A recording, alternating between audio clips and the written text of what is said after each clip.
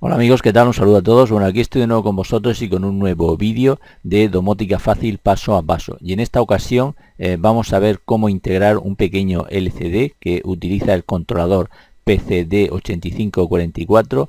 Es un LCD que han utilizado durante mucho tiempo los viejos Nokia 5110. Pues vamos a ver cómo se integra dentro de nuestro ESP Home para controlar en local, sin tener que acceder a la interfaz web de Home Assistant, pues la temperatura y la humedad de nuestro sensor DHT11 que hemos visto en anteriores vídeos. Bien, para ello vamos a ver las conexiones que tenemos que realizar y cómo tenemos que modificar el archivo .yam de nuestro sensor para que nos funcione correctamente. Si te interesa el vídeo, quédate y vamos a verlo cómo se hace paso a paso.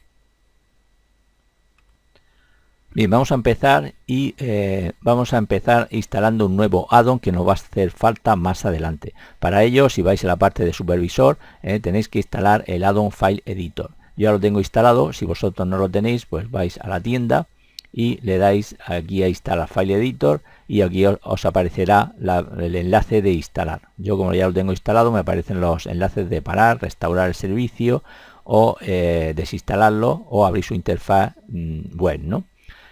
Esto nos hará falta más adelante, lo veremos cuando llegue el momento. Bien, lo siguiente que vamos a ver es un poco el datasheet de este LCD.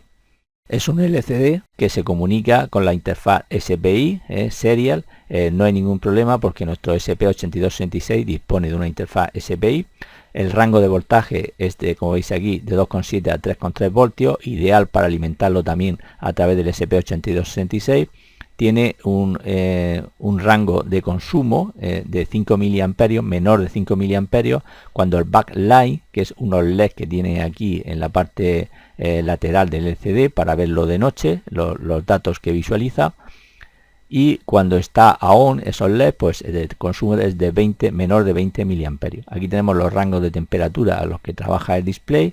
Vemos que el tamaño es pequeñito, de 45 por 45 por 5 milímetros, por tanto tiene una resolución pequeña, pero suficiente para representar los datos que nosotros queremos.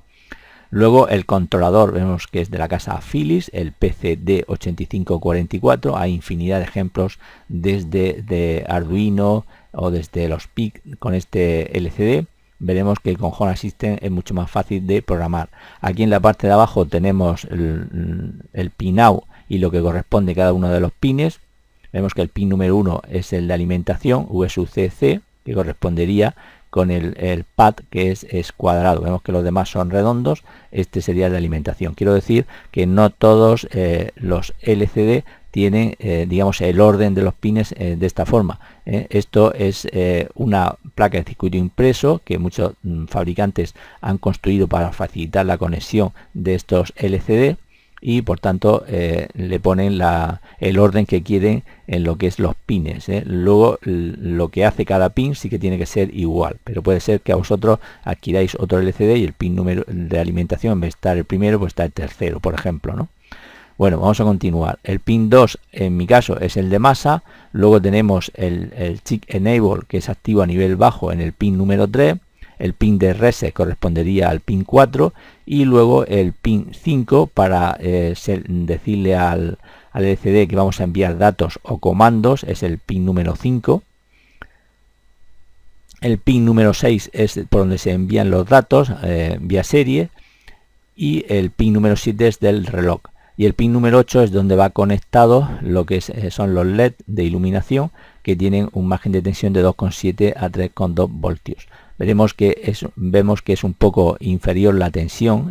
Si lo alimentamos directamente se iluminarían demasiado, mejor a través de una resistencia de 100 o 220 ohmios, como veremos a continuación.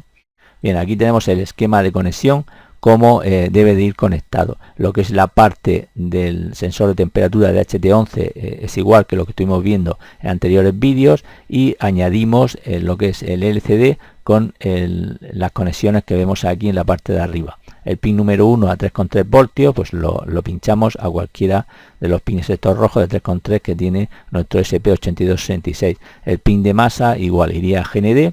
Luego el pin número 3 del LCD iría al pin D8, que es el Chip Enable. Luego el pin número 4, el de red, iría a D0, a este que tenemos aquí. Luego el pin número 5 de data control al pin D1. Y luego el MOSI, el pin 6, es que iría al MOSI para la transmisión de datos al D7. Estos pines, el D7, el reloj no lo podemos modificar. El D1 sí podíamos ponerlo a D1 a D2, pero estos de la interfaz van fijos. Bien, el reloj, el pin D5, no sé si lo he dicho ya, y lo que es la alimentación de los LED, pues iría a través de una pequeña resistencia de 100 ohmios y a 3,3 voltios. Bien, vamos a ver cómo tenemos que modificar nuestro archivo YAWN para que desde nuestro ESP Home podamos controlar también este LCD y tener una lectura de temperatura y humedad en local sin tener que acceder lo que es a la página web de Home Assistant.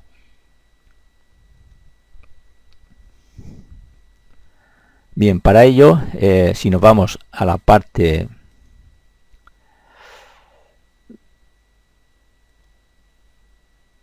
abrimos la interfaz, vemos que tenemos online nuestro SP8266.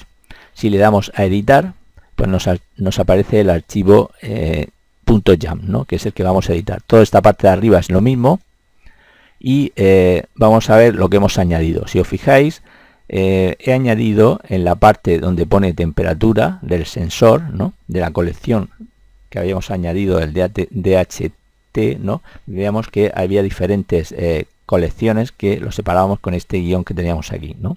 Entonces he añadido esta parte de aquí donde pone ID my temperature, ¿no? Mi temperatura. ¿Para qué? Para poder utilizar esta variable o hacer referencia a esta clase de lo que es sensor más adelante en el archivo, ¿no? O en el programa, podríamos decir, ¿no? Y he hecho lo mismo con la parte de humedad. Luego he añadido los pines que tiene que tener el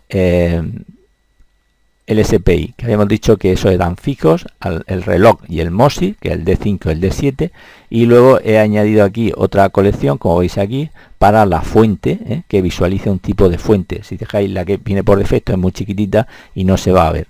Entonces vemos que he añadido, donde pone file, la Comic Sans MS3, ¿no? .ttf.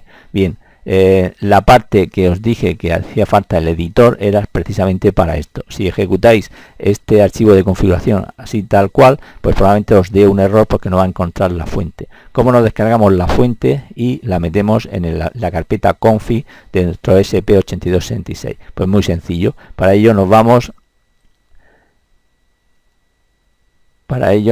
a ir a esta página. Por ejemplo, yo he encontrado esta, vosotros podéis buscar que estas fuentes están en diversas páginas, ¿no? Aquí tengo la Comic Sans, ¿no? MS, pues le doy a descargar, se me descarga el archivito, que es muy pequeño, y si me voy a la parte de descargas, aquí la tengo, la descomprimo, y aquí tengo las diferentes fuentes que debo de subir a mi archivo de configuración en el SP8266. Para hacerlo es cuando utilizamos la parte del editor, ¿no? Que instalamos el addon anteriormente, ¿no? Para ello simplemente pues nos vamos a File Editor, vamos aquí, hacemos clic sobre la carpeta y sobre SP Home, ¿no? Y dentro de eso, como veis aquí, tengo la fuente Comic Sans ms3.ttf. Desde aquí yo podría borrar la fuente, cambiarle el nombre, etcétera, ¿no? Este nombre es el que hacemos referencia en nuestro archivo de configuración .yam. Por tanto, si no tiene el mismo nombre, no va a encontrar el archivo y el programa va a dar un error, ¿no?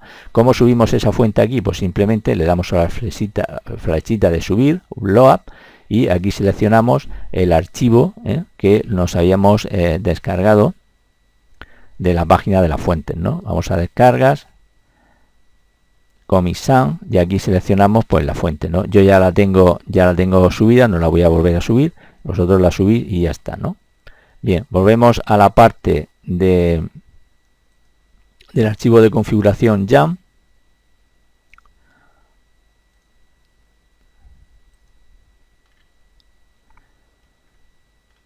Y en esta parte de aquí, en esta colección que habíamos añadido, pues aquí le añado el tamaño de la fuente para que tenga un tamaño mayor.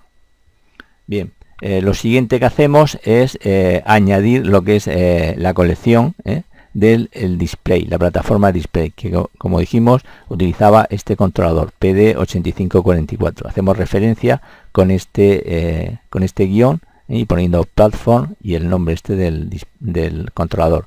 Luego añadimos los pines que faltaban para que funcione: el pin D0, D8 y D1 correspondiente al pin de reset, CS y DC, de datos y comandos. Y luego con esta parte de aquí, lambda, este símbolo y el guión, y luego vienen dos print, ¿no? Fijaros que esto es muy similar a la programación en C.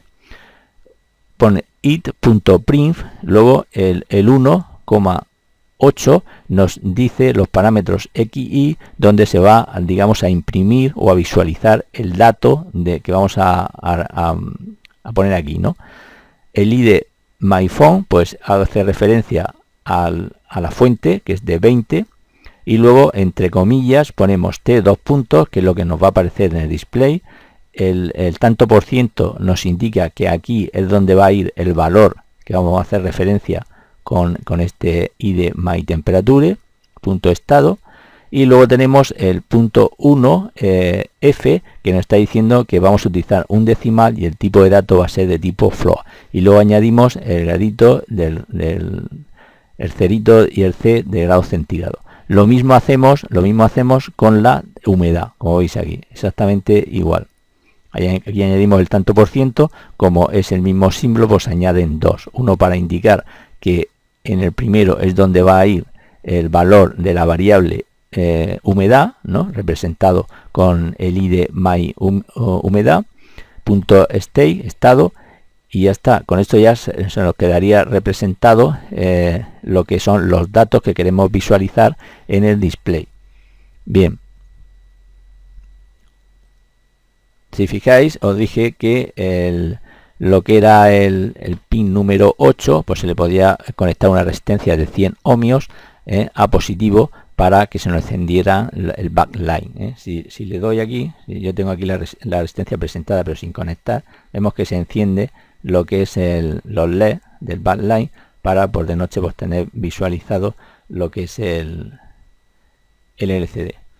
Y nada más, amigos, eso es todo. Espero que os haya gustado el vídeo. Dejad vuestros comentarios y nos vemos en el siguiente. Un saludo y hasta la próxima.